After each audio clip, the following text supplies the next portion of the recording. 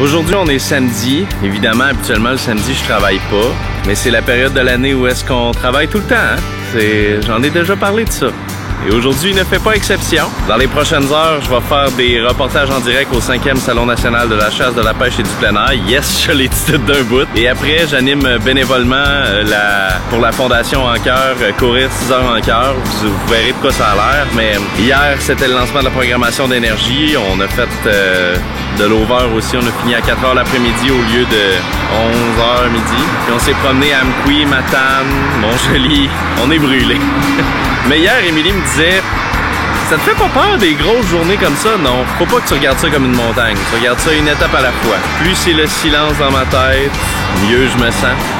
On va tous arriver à la fin de la journée en même temps. C'est juste qu'il y en a certains qui sont plus occupés que d'autres. Fait qu'on va aller au Salon national de la chasse, de la chasse et du plein air. La chasse, j'en fais pas parce que ça marche pas avec la radio. Au mois d'octobre, novembre, c'est les sondages, donc on peut pas vraiment partir en vacances durant ce temps-là. Sauf que, je vous cache pas que je viens d'Esprit Saint. Donc, on connaît l'univers chez nous, là. Il y a plein de belles affaires à voir.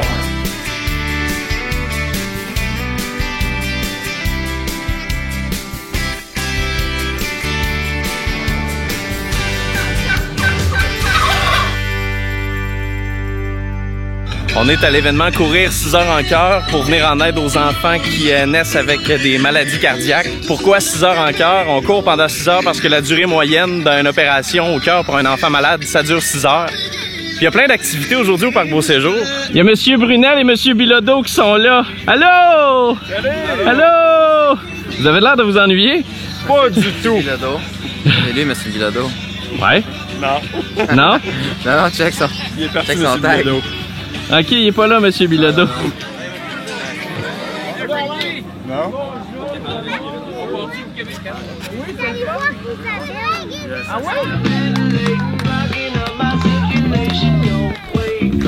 Ça, c'est mon quotidien l'été.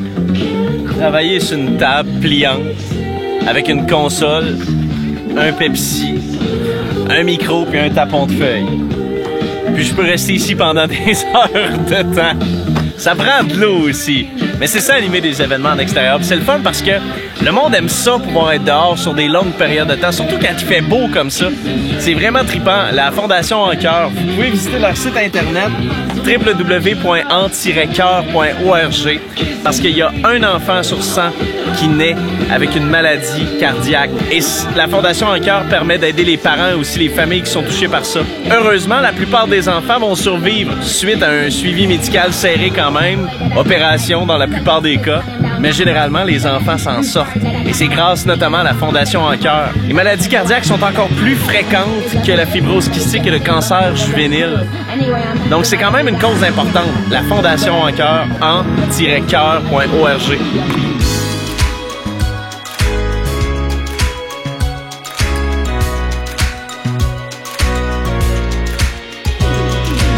Le plus mêlant quand on anime ce genre d'affaires-là, c'est de parler dans le micro quand on est loin de la console parce qu'il y a un délai, regardez bien ça. Alors on invite les participants à se présenter au pied de la montagne pour prendre une photo.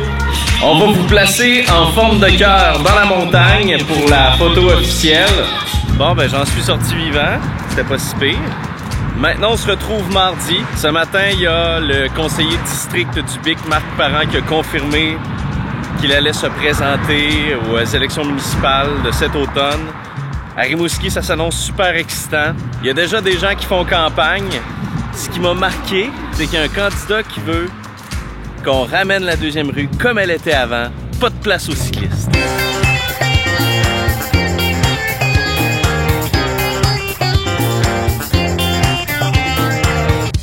On est en 2018.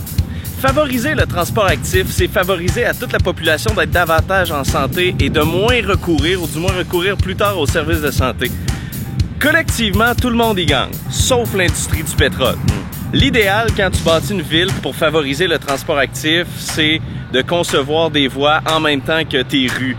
Donc, de penser aux cyclistes, aux piétons en même temps que les automobilistes. Mais le problème avec la deuxième rue, c'est que c'est pas ça qui s'est passé. On a pris une deuxième rue qui était pensée juste pour les automobilistes à une autre époque et on y a ajouté des voies cyclables. C'est sûr que tout le monde est mêlé, mais Tu peux pas décider de revenir en arrière. C'est pas un argument pour ton élection d'accepter de revenir dans le passé. C'est comme dire, à partir de maintenant, on n'utilise plus les vaccins. On sait ce que ça donne. À partir de maintenant, on n'utilise plus la chimiothérapie. C'est le démon. À partir de maintenant, on n'utilise plus l'électricité. À partir de maintenant, on n'utilise plus les moteurs à gaz. Fait que tu vas finir par te ramasser en retournant en calèche à la 2e rue. Finalement, ça va revenir au même. En tout cas, je comprends pas trop cette mentalité-là. C'est quand même intelligent de favoriser le transport actif sur une artère qui va accueillir un complexe sportif, on s'entend là. Des gens en forme, ils vont en passer ici. Que ce soit à pied avec l'université à côté ou en vélo aussi. Juste en quelques minutes, j'en ai vu des cyclistes ici et je vous confirme qu'ils utilisent ces pistes cyclables puis que probablement que ça favorise leur sécurité. Puis si les automobilistes chialent qu'il y a trop de trafic, qu'est-ce que vous faites sur la 2e rue? Rimouski a été pensé de manière extraordinaire. Vous remarquerez quelque chose. La 2e rue, ça le dit, c'est une rue. 2e rue. Rue.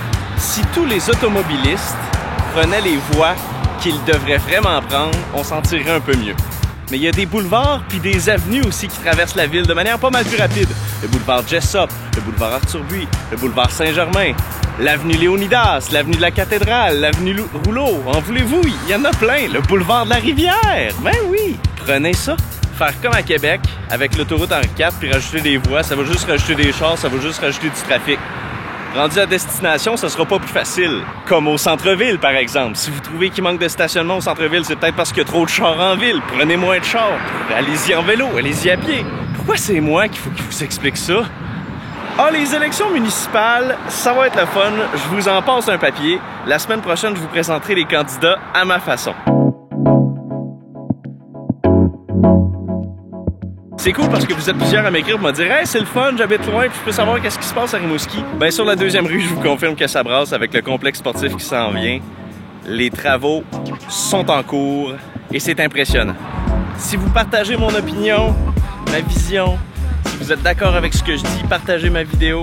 Si vous l'avez apprécié, mettez le pouce en l'air, ça va vous permettre de voir davantage de vidéos comme la mienne dans votre fil. Abonnez-vous à ma chaîne YouTube, ça me permet aussi de mieux m'adresser à mon auditoire, à vous. Je sais un peu plus qui vous êtes. Et on se retrouve mardi prochain. Salut! Hey mais, checkez-moi la belle couleur. Non mais quand même, là, faut le faire. On dirait que ça se fond dans le véhicule.